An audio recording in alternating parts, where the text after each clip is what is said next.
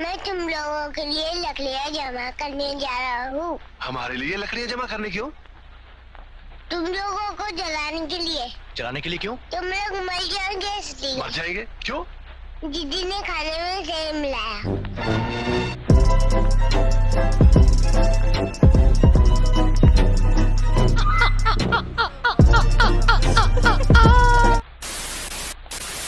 हमारी इस कविता के लेखक राजेश जोशी का जन्म 1946 में मध्य प्रदेश में हुआ। पढ़ाई खत्म होते ही उनकी एक बैंक में जॉब लग जाती है। जॉब करने के साथ साथ वो कविताएं और कहानियां भी लिखा करते थे। एक दिन की बात है, वो सुबह सुबह की कुड़कुड़ाती हुई ठंड में बहुत ही मुश्किल से उठकर अपने काम पर जा रहे थे। वहीं रास्ते में उन्होंने 4-5 गरीब बच्चों को बिना किसी शॉल स्वेटर पहने काम पर जाते देखा, जिसे देख उनका दिल एकदम थम सा गया। वो सोच में पड़ गए, अगर हमारे होते हुए इन छोटे छोटे बच्चों को काम पर जाना पड़ रहा है तो हमारे देश का भविष्य भला कौन संभालेगा। इन्हीं बातों को कवि हमारी इस कविता में एक सवाल के रूप में पूछते हैं कि आखिरकार काम पर क्यों जा रहे हैं बच्चे। पूछा किसी ने? पूछा किसी ने? नहीं। तो हमारी पहली पंक्ति में कवि राजेश जोशी जी कहते हैं, कोहरे से ढकी सड़क पर बच्चे काम पर जा रहे हैं सुबह सुबह। इन पंक्तियों में कवि कहते हैं, सुबह सुबह के इस वक्त में बहुत ही ठंड का मौसम है, चारों तरफ कोहरा छाया हुआ है, सड़कें भी कोहरे से ढकी हुई हैं, परंतु इतनी ठंड में भी छोटे छोटे बच्चे कोहरे से ढकी इन सड़कों पर चलते हुए अपने अपने काम पर जाने को मजबूर हैं, क्योंकि उन्हें अपनी रोजी रोटी का इंतजाम करना है। और आगे की लाइनों में कवि कहते हैं, बच्चे काम पर जा रहे हैं। हमारे समय की सबसे भयानक पंक्ति है यह। भयानक है, इसे विवरण की तरह लिखा जाना चाहिए, इसे सवाल की तरह। काम पर क्यों जा रहे हैं बच्चे। और हमारी इन लाइनों में कवि कहते हैं, हमारी ये जो पंक्ति है, बच्चे काम पर जा रहे हैं, ये हमारे समय की सबसे भयानक, सबसे डरावनी पंक्ति है। और इसे बस ऐसे ही विवरण मतलब डिस्क्रिप्शन की तरह नहीं लिखा जाना चाहिए, इसे तो एक सवाल की तरह पूछा जाना चाहिए कि आखिरकार काम पर क्यों जा रहे हैं बच्चे।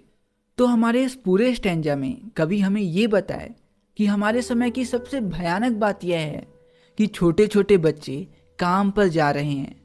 ये बात सुनने में बहुत ही नॉर्मल लगती है, जबकि हमें इसकी ओर ध्यान देना चाहिए और ये जानना और पता लगाना चाहिए कि पढ़ने खेलने की उम्र में बच्चों को अपना पेट पालने के लिए यूं काम पर क्यों जाना पड़ रहा है। अच्छा जी, तो अगले स्टैंजे में बढ़ने से पहले ये रहा आपका छोटा सा नन्हा सा और प्यारा सा सवाल आपकी स्क्रीन पर। और आपका सवाल है, हमारे कवि राजेश जोशी का जन्म कब हुआ था।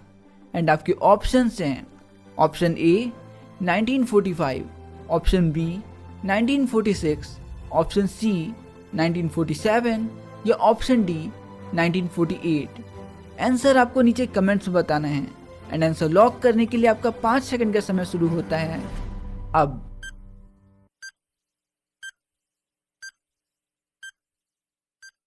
और सही जवाब है ऑप्शन बी 1946।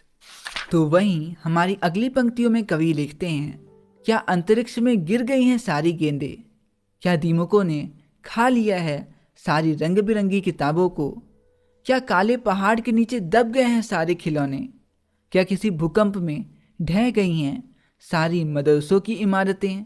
तो जब हमारे कवि राजेश जोशी जी सुबह सुबह की कुड़कुड़ाने वाली उस ठंड में बच्चों को काम पर जाते हुए देखते हैं तो वो उदास हो जाते हैं।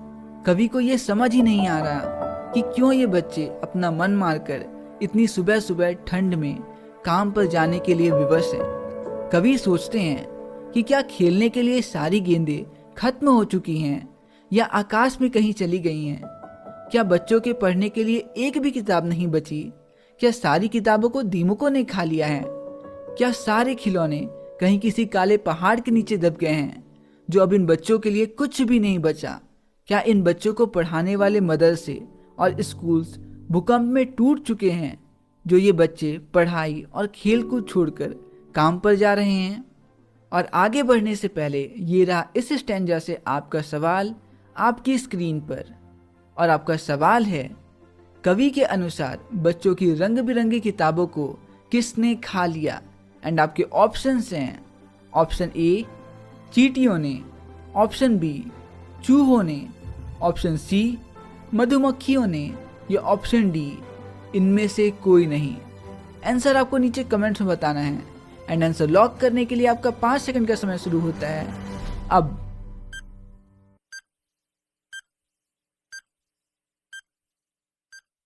और सही जवाब है ऑप्शन डी, इनमें से कोई नहीं।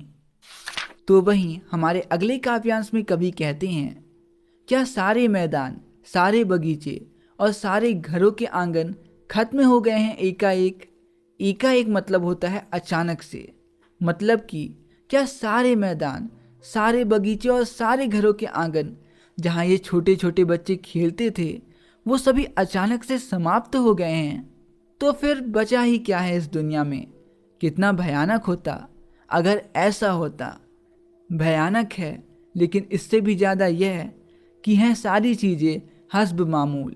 हस्ब मामूल एक फारसी भाषा का शब्द है जिसका मतलब होता है फर्स्ट क्लास या एकदम ठीक ठाक होना।